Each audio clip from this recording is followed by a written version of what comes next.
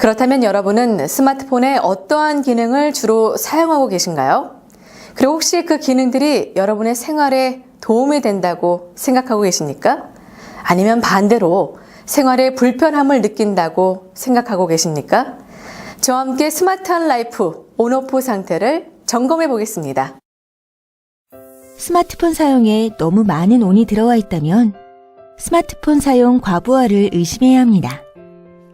스마트폰을 의존적으로 사용하는 사람들은 어느 순간부터는 본인도 모르게 폰을 무의식적으로 사용하게 되며 스마트폰 사용에 대한 내성이 생기게 됩니다. 즉, 내가 스마트폰을 얼마나 사용했는지 인지하지 못하게 되는 것이죠. 강박적으로 스마트폰을 사용하는 사람들은 스마트폰을 의식하여 계속 들여다보며 만약 손에 폰이 없으면 불안해합니다. 이 증상들이 습관화되면 스마트폰 과의존 상태가 됩니다.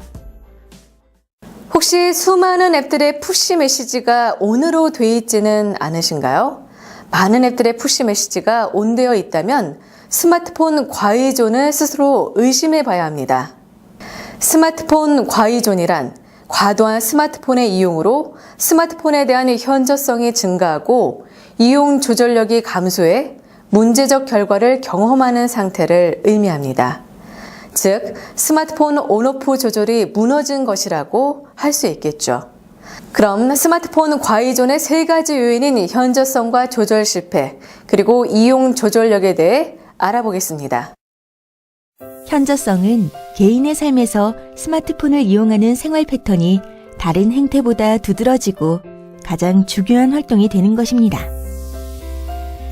평상시 스마트폰을 이용하고 싶은 충동을 강하게 느끼거나 스마트폰이 옆에 있으면 다른 일에 집중하기 어려운 경우, 스마트폰 생각이 머릿속에서 떠나지 않는다면 스마트폰에 대한 현저성이 증가했다고 볼 수 있습니다.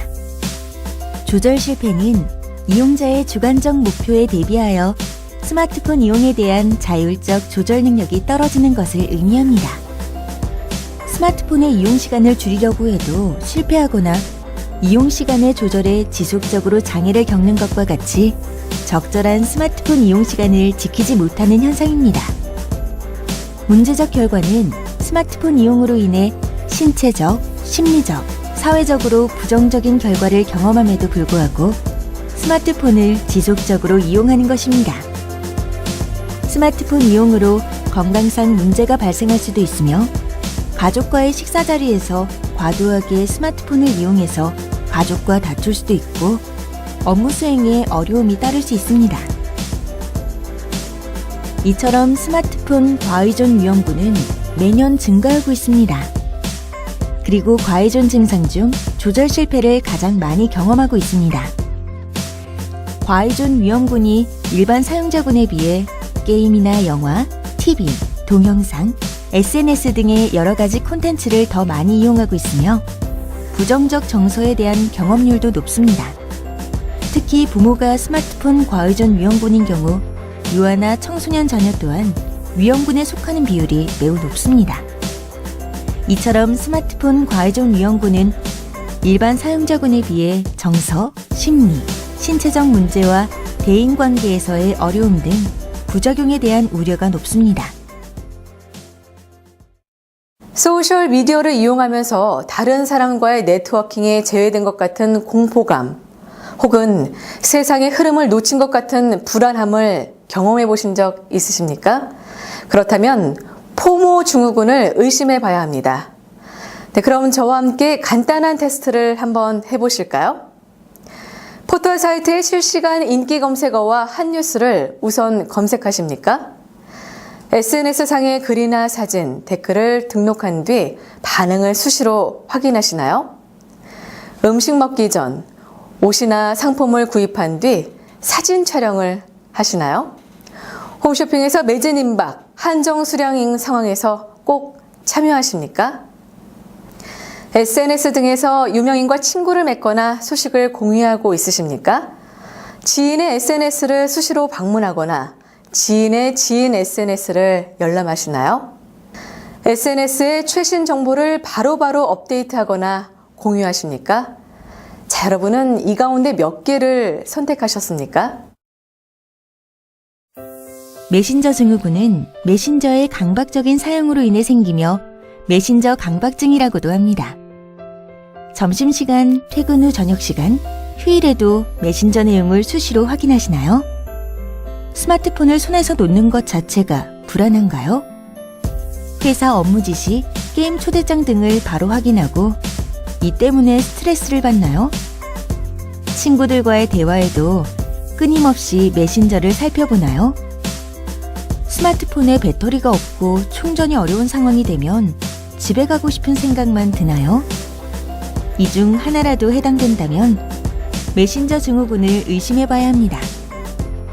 메신저 증후군과 비슷한 유형으로 SNS 기쁨 강박증이 있습니다.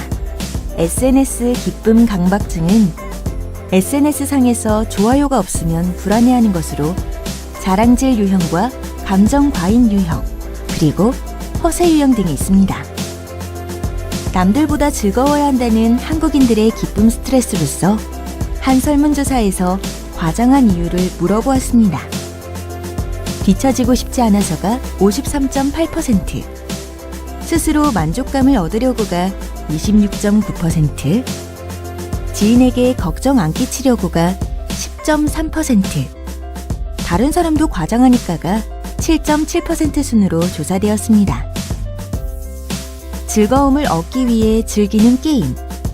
하지만 게임에 숨겨진 다양한 유혹거리에 대해 여러분은 얼마나 알고 계신가요? 무료로 즐기는 게임.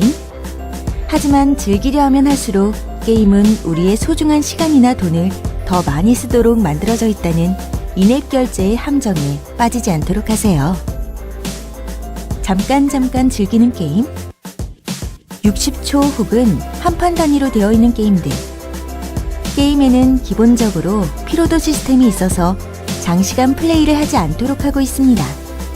그러나 더 하려고 맘만 먹으면 언제까지든 계속할 수 있도록 허용하는 접속 혜택과 아이템들이 여러분이 원래 계획했던 게임 시간을 잊도록 유도하고 있다는 사실을 명심하세요. 쉴 때 잠시 하는 게임. 여러분의 마음은 쉰다고 여기고 있어도 여러분의 눈과 뇌는 자극을 받고 있기에 육체의 피로도는 증가하고 있다는 사실을 잊지 마세요. 게임은 정정당당하게 즐기는 맛? 그러나 갈수록 많은 게임들이 게임 플레이보다는 게임 승패나 성장에 직접적인 영향을 주는 확률형 아이템 구매를 유도하도록 만들어져 있습니다. 과도한 경쟁심에 무리한 현금 구매를 하는 등 게임을 쉽게 즐기려다가 게임의 참 재미를 잃거나 확률형 아이템에 집착하여 충동적으로 과소비를 하게 될 수도 있다는 사실을 명심하세요. 도박에서 쉽게 벗어나지 못하는 이유는 착각이 불러온 희망 때문입니다. 한번 돈을 딴 순간을 기억하며 언젠가는 따겠지, 한 번쯤은 나에게도 운이 올 것이야 라는 막연한 심리를 이용하기 때문입니다. 이러한 사람들의 심리와 편리한 스마트폰이 결합된 인터넷 도박이 암암리에 늘어나고 있는데요.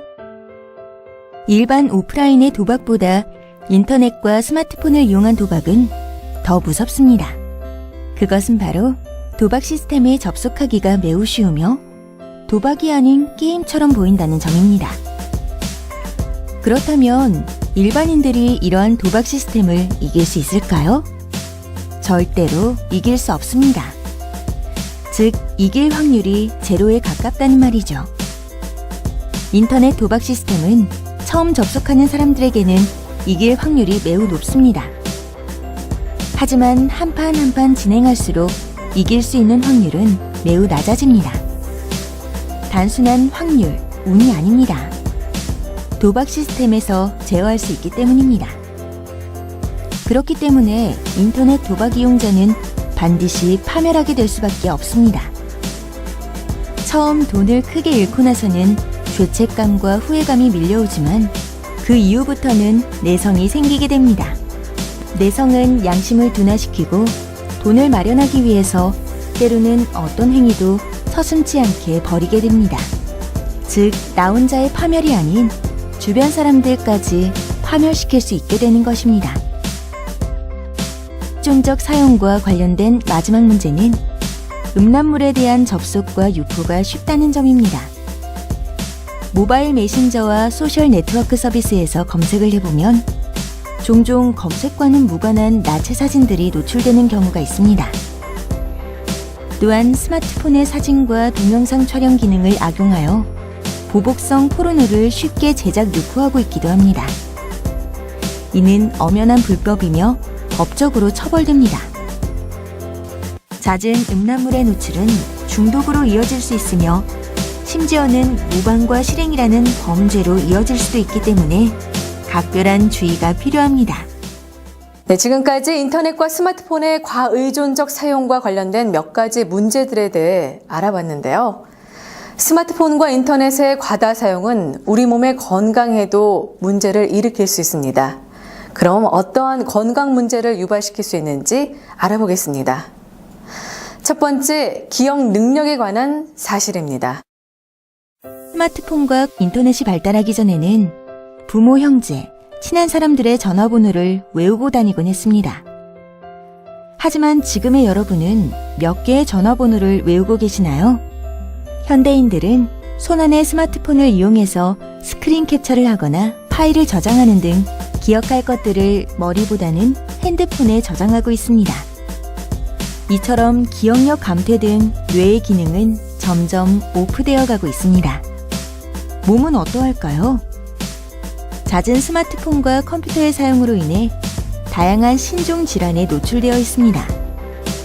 화면을 보느라 눈을 오래 깜빡이지 않아 안구 건조증이 생길 수 있고, 고개를 숙여 화면을 쳐다보기 때문에 거북목 증후군이 발병하기도 합니다. 이는 당연히 목 디스크에 영향을 주기도 합니다. 화면에 집중하느라 자세를 고정시키고 있기 때문에 근육이 뭉쳐 근막 통증 증후군에 걸리기도 하며, 손가락을 과도하게 사용해야 하기 때문에 손목 터널 증후군이 발병하기도 합니다. 저에 따르면 직장인들 중 50.6%는 스마트 기기 없이는 하루도 살기 힘들다고 합니다. 또한 10명 중 6명은 스마트 기기에 전적으로 의존하고 있으며, 스마트 기기에 의존한다고 느끼는 상황 중 1위는 기기 없이는 전화번호를 모를 때로 나타났습니다.